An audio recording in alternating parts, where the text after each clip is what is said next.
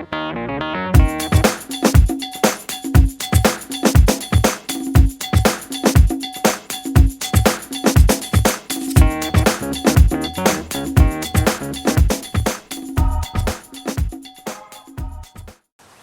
part 2 of the igniter segment, we're going to show you how to actually replace your igniter if it needs to be. The first segment talked about adjusting your igniter to see if it still works so you wouldn't have to buy one. But if you do buy, if you turn in and it turns out that the igniter is bad, you're going to have to buy the kit. When you buy the kit, you get 3 parts. You get the knob, and I'm going to access it. 4 screws come out, remove your gas knob. You'll also get, this is the actual igniter, and then you're going to get the electrode as part of the kit. So you'll get a new knob, the igniter, and the electrode if you order our igniter kit, replacement kit. This knob can be hard to pull off sometimes, but if you find that your knob is just spinning around, what's happened is inside these little plastic sides have either bent or torn away, or the little, we call them spines on the igniter stem have worn down, so that your igniter knob just spins around and it won't create a spark. So if that's the case, you'll need to replace the knob as well. It's very simple to replace the igniter. Remove your control panel and 2 screws hold it in. Just take those 2 out. Don't drop them like I do a lot. And you'll see this bezel will come off with it, and you want to be sure to keep that in place. But that's how you remove the igniter itself. 2 screws simply hold it onto the control panel. That's your bezel, sort of your trim ring there for it, and then we'll put it back in and replace it. Now what we're going to have to do is go up underneath there to replace the actual electrode. The igniter in the control panel makes the spark along this wire, and the spark is created among the 2 tips. And if it's not sparking or one of these is broken off, that's why we're going to have to actually take this out. When you get a new one out of a kit, make sure that the gap between these 2 points of the electrode is 1/4 inch. I kind of use my little finger. If they're too close together, you'll need to spread them apart a little bit to where it's about 1/4 inch. So to remove this, sets up beside the burner on the left side as you face the grill. To remove it, we're going to go up underneath the grill. There's a little slot cut out where a single screw can be removed with a Phillips head screwdriver, and this will just drop right out. We'll put the new one in, replace it, and go from there. So let's get inside the grill.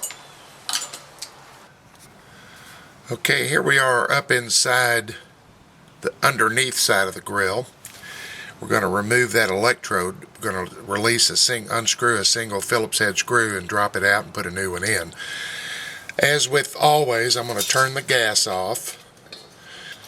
It's just always safe to remove in the regulator hose and make sure your gas is off. So I'm going to go up here with my Phillips screwdriver. There's just a single screw that holds that in, and I will remove it and let that drop down, and then we'll put a new one in. When you go up there and remove that screw from the electrode, hopefully it'll come out easy. But some of the older grills that have been out there a while, the screw may be rusted in or heat set in. You may have to use a little WD-40 or something like that to loosen up that screw. Just spray it a little bit around the head up in there, loosen it a little bit at a time. Worst case scenario, you might have to cut it out, but hopefully that won't be the case, it'll come out easy for you.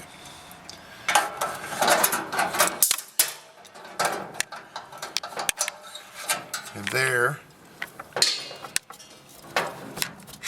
is the old electrode that we removed, and we'll get the new one, put it right back up in that hole, and put the screwdriver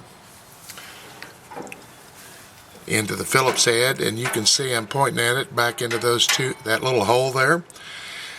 The screw lines up only one way, so you can't put it in wrong. So what we'll do is, with the new one, make sure first that it's a 1/4 inch apart between the two tips of this electrode. Just like gapping a spark plug, need a 1/4 inch gap. This is the new electrode we're putting in. And this new electrode that you're replacing goes right up through the slot.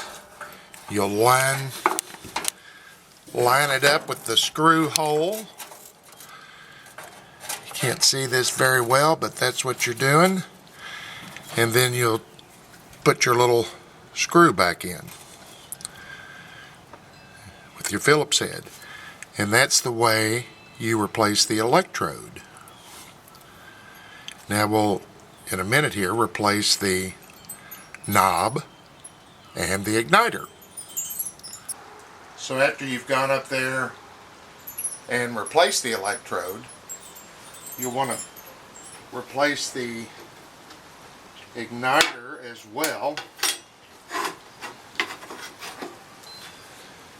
And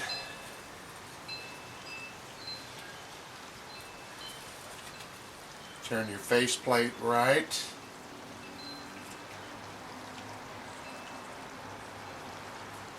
The stem of the igniter goes straight through, and you line up your two screw holes, and you'll just tighten that up.